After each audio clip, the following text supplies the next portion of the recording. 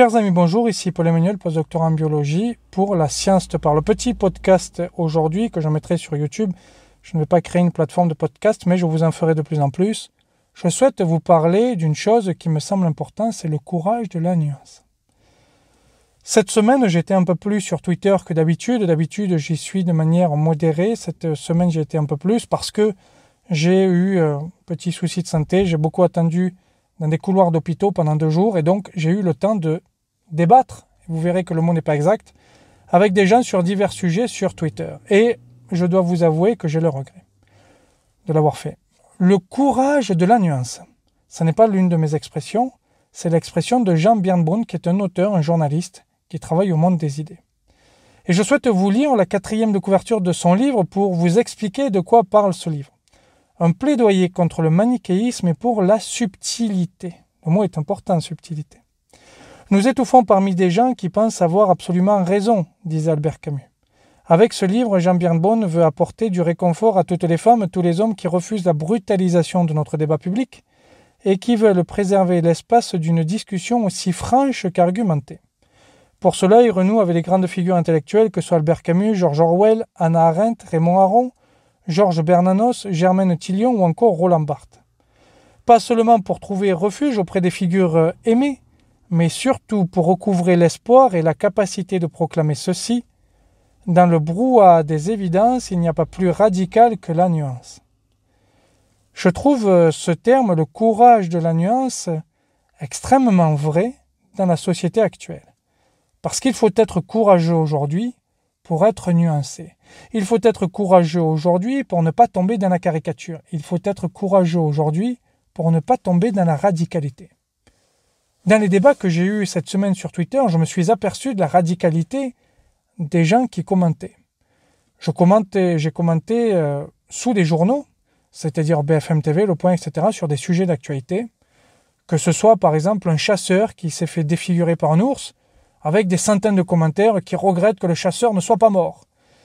J'ai commenté les propos du pape sous BFM TV, le Twitter de BFM TV, où beaucoup de gens vous expliquent, et là vous avez des centaines de commentaires, que les catholiques sont des pédophiles et que le pape aurait autre chose à faire. Je rappelle que le pape répondait tout simplement à une question de journaliste.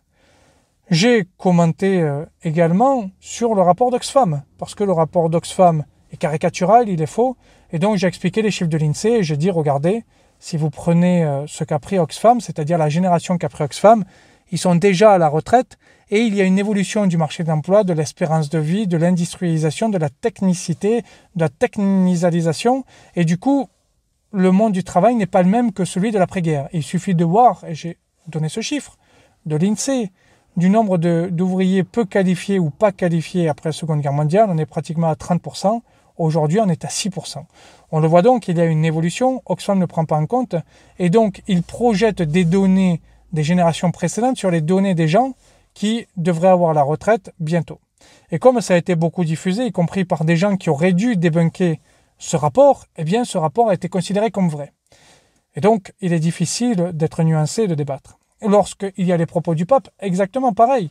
Je n'ai pas défendu ou pas les propos du pape. J'ai expliqué pour quelles raisons le pape tenait ses propos et ce que disait l'Église catholique, quelle était la position de l'Église catholique sur l'homosexualité.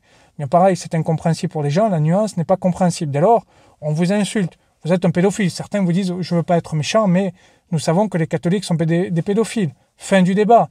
C'est un petit peu comme on arrive à la réduction ad litterum dans un débat où tout le monde dit « voilà, t'es Hitler, merci, au revoir », c'est notre point Godwin à nous, la pédophilie.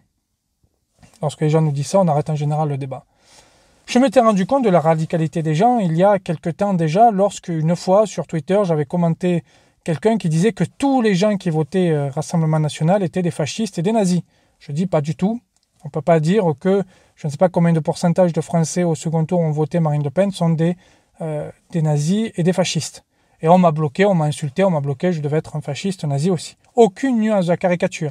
Si je dis par exemple les publishers scientifiques se comportent comme des mafieux, chose qui est très répandue parmi les vulgarisateurs scientifiques, il n'y a aucune nuance, il y a de la caricature et lorsque moi j'apporte de la nuance, on m'explique que j'ai tort, que ceci, que cela, que je ne devrais pas m'en prendre à des gens vulgarisateurs scientifiques avant moi et que tu comprends, c'est des guerres d'ego. Non, c'est des guerres de la nuance. Je regrette cette radicalité dans le débat.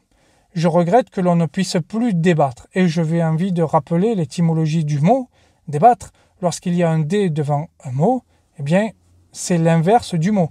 Ranger, déranger.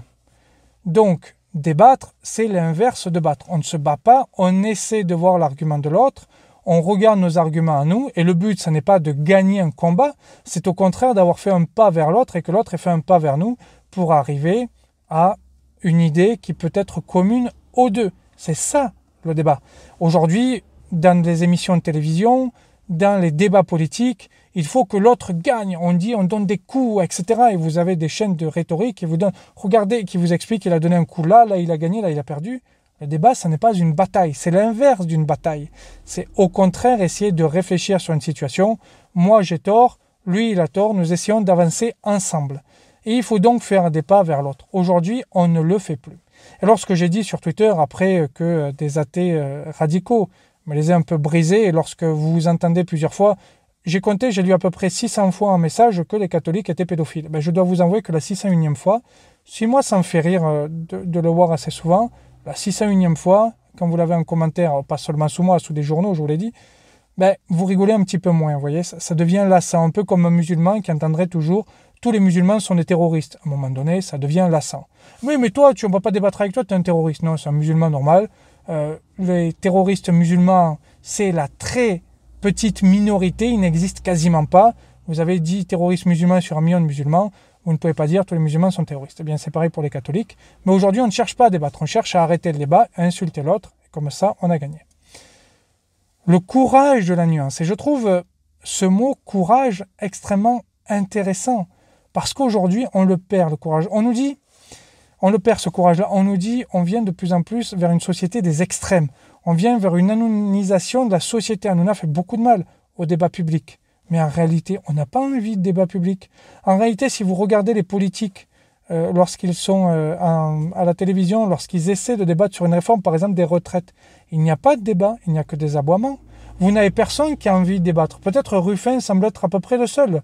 Et vous voyez que je suis de droite, je ne suis plus militant, mais j'ai une sensibilité de droite, et je trouve que Ruffin est peut-être à peu près le seul qui arrive à débattre. Mais un Mélenchon, c'est impossible. Des macronistes, ça devient de plus en plus difficile. Les gens du Rassemblement national, c'est impossible. On voit, on n'a plus envie de débattre. Et je trouve ça extrêmement regrettable. Je trouve ça extrêmement regrettable que l'on n'écoute pas l'autre.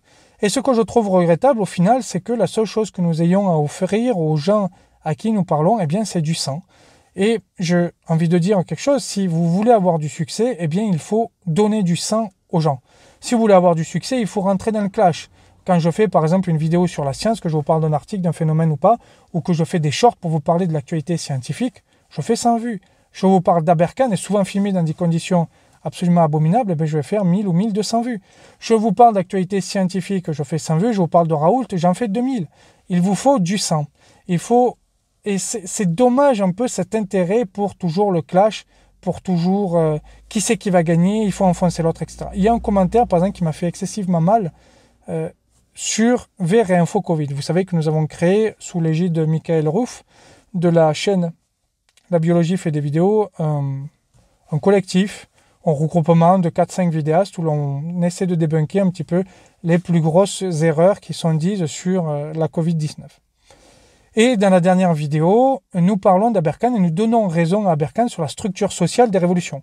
À savoir que lorsque je dis nous donnons raison à Aberkan, c'est parce que lui a popularisé ceci alors que ça vient d'un historien à la base. Donc nous donnons raison en réalité à cet historien. Beaucoup de commentaires élogieux sur la vidéo, je vous remercie, mais un commentaire qui dit « Je ne partage pas une vidéo où il n'y a pas de débunkage d'Aberkan. Si c'est pour lui donner raison, je ne partage pas. » Je ne connais pas le commentaire par cœur, mais en gros l'idée est là. Eh bien, je trouve ça dommage. C'est-à-dire que l'on est arrivé à un point où on n'a même plus envie de regarder ce que l'autre pourrait dire de juste. Il y a des camps et il faut la guerre entre les camps impérative. Il n'y a plus de nuance. Il n'y a plus ce courage à la nuance. Il faut impérativement la guerre avec l'autre camp.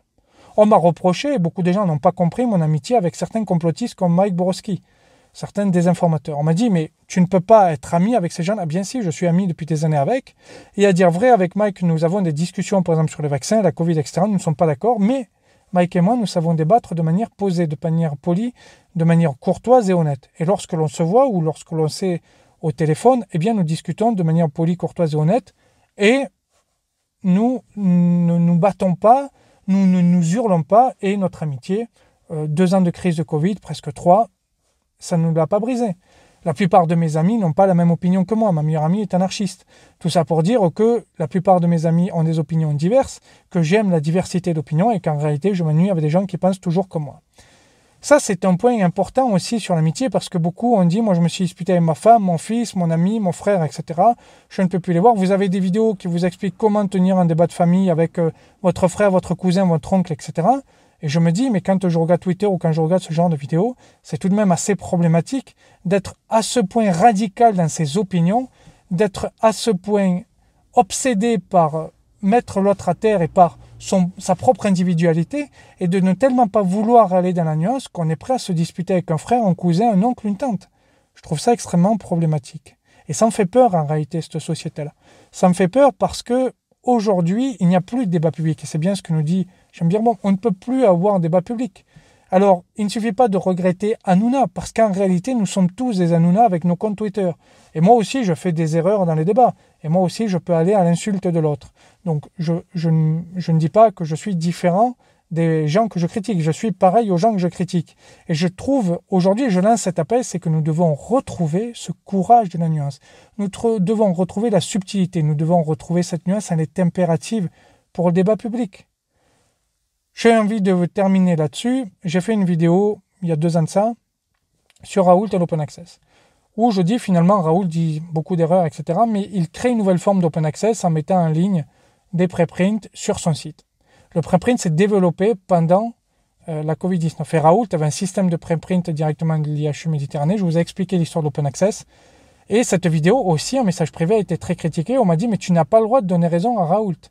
Et je trouve ça extrêmement problématique lorsqu'il fait quelque chose de bien, à savoir ici innover au niveau de l'Open Access, où on me dit, bon, il diffuse des articles qui sont faux, mais scientifiquement faux, mais la question n'est pas là. La question, c'est l'innovation sur l'Open Access. Je dis, je le critique lorsqu'il fait des choses mauvaises, je le félicite lorsqu'il fait des choses bonnes, et là, je crois que c'est bon. La nuance, la subtilité, le petit mot qui fait que je m'approche de l'autre, le petit mot qui fait que je vais comprendre l'autre. Je regrette tous ces débats qui ont été absolument stériles cette semaine. Et ce que je regrette, je terminerai là-dessus, c'est que lorsque j'ai dit hier que les athées radicaux pouvaient quitter mon Twitter, j'ai une dizaine de gens qui sont partis, dont certains qui m'ont écrit pour me dire adieu, au revoir. C'est-à-dire que vous vous reconnaissez, ces gens-là se reconnaissent dans le mot radical. Ces gens-là se reconnaissent dans le mot athée radical. Et puis j'ai regardé parmi les gens avec qui je discutais, certains profils Twitter, où certains écrivent religiophobes, c'est-à-dire islamophobe, antisémite, cathophobe, religiophobe. C'est-à-dire qu'on a un plaisir à être radical, à détester l'autre. On prend plaisir finalement et on le met comme une identité. Je suis religiophobe, je suis islamophobe, je suis antisémite, je suis tout ce que vous voulez, communistophobe, droitophobe, ce que vous voulez. Mais c'est une identité. Je déteste l'autre, c'est mon identité. Eh bien, c'est la société que l'on est en train de créer. Et moi, aujourd'hui, je lance l'appel, ne créons pas cette société. Regardons ce que l'autre peut nous apporter. J'avais fait ça lorsque j'étais responsable de l'Uni à Montpellier, où je regardais ce que les militants pouvaient nous apporter, ce qu'ils savaient faire ou pas. Je les encourageais à faire ce dans leur capacité. Je faisais militer les gens en fonction de leur capacité. Et aujourd'hui, je dis, nous avons tous à apprendre des uns des autres. Et si nous avons des opinions diverses, c'est bien, tant mieux. Au contraire, c'est très bien cette diversité d'opinions. Moi, je vous dis, les 3/4 de mes amis ont des opinions diverses à moi et je m'ennuierais si tout le monde avait les mêmes opinions autour de moi. Et je ne me dispute pas, je débat, j'essaie d'être plus courtois, ça peut m'arriver de m'énerver. Encore une fois, quand vous voyez 600 fois dans la journée, en 3 ou 4 heures, les catholiques sont pédophiles, ça peut vous énerver, il faut être clair. Mais vous essayez d'être un peu courtois, alors je ne dis pas que je suis parfait, encore une fois, je me mets dans les gens qui peuvent être radicaux. Mais nous devons retrouver ce courage de la nuance. Je vous remercie de m'avoir écouté. Si la chaîne vous plaît, n'oubliez pas de vous abonner. N'oubliez pas d'activer la petite cloche, de commenter ce que vous avez pensé de ce petit podcast. N'oubliez pas de partager la vidéo. Le Twitter va rester privé encore un certain temps parce que des raids comme j'en ai eu cette semaine, 2 fois, ça me les a un peu, ça m'a un peu fait mal, disons. Je ne pensais pas, vous voyez, que Twitter, à un moment donné, arriverait à me toucher. Mais voilà, ça fait 3 ans que je suis sur Twitter. Il n'a pas fallu 3 ans pour que ça me touche, donc c'est un peu dommage. Donc je vais le mettre en privé, histoire que ça me calme aussi un peu. Donc, vous pouvez me demander de me suivre sur Twitter lorsque c'est en privé, mais ce que je veux dire, c'est que ne retweetez pas directement le tweet parce que les gens ne le verront pas. Je vous remercie, je vous dis à bientôt, au revoir.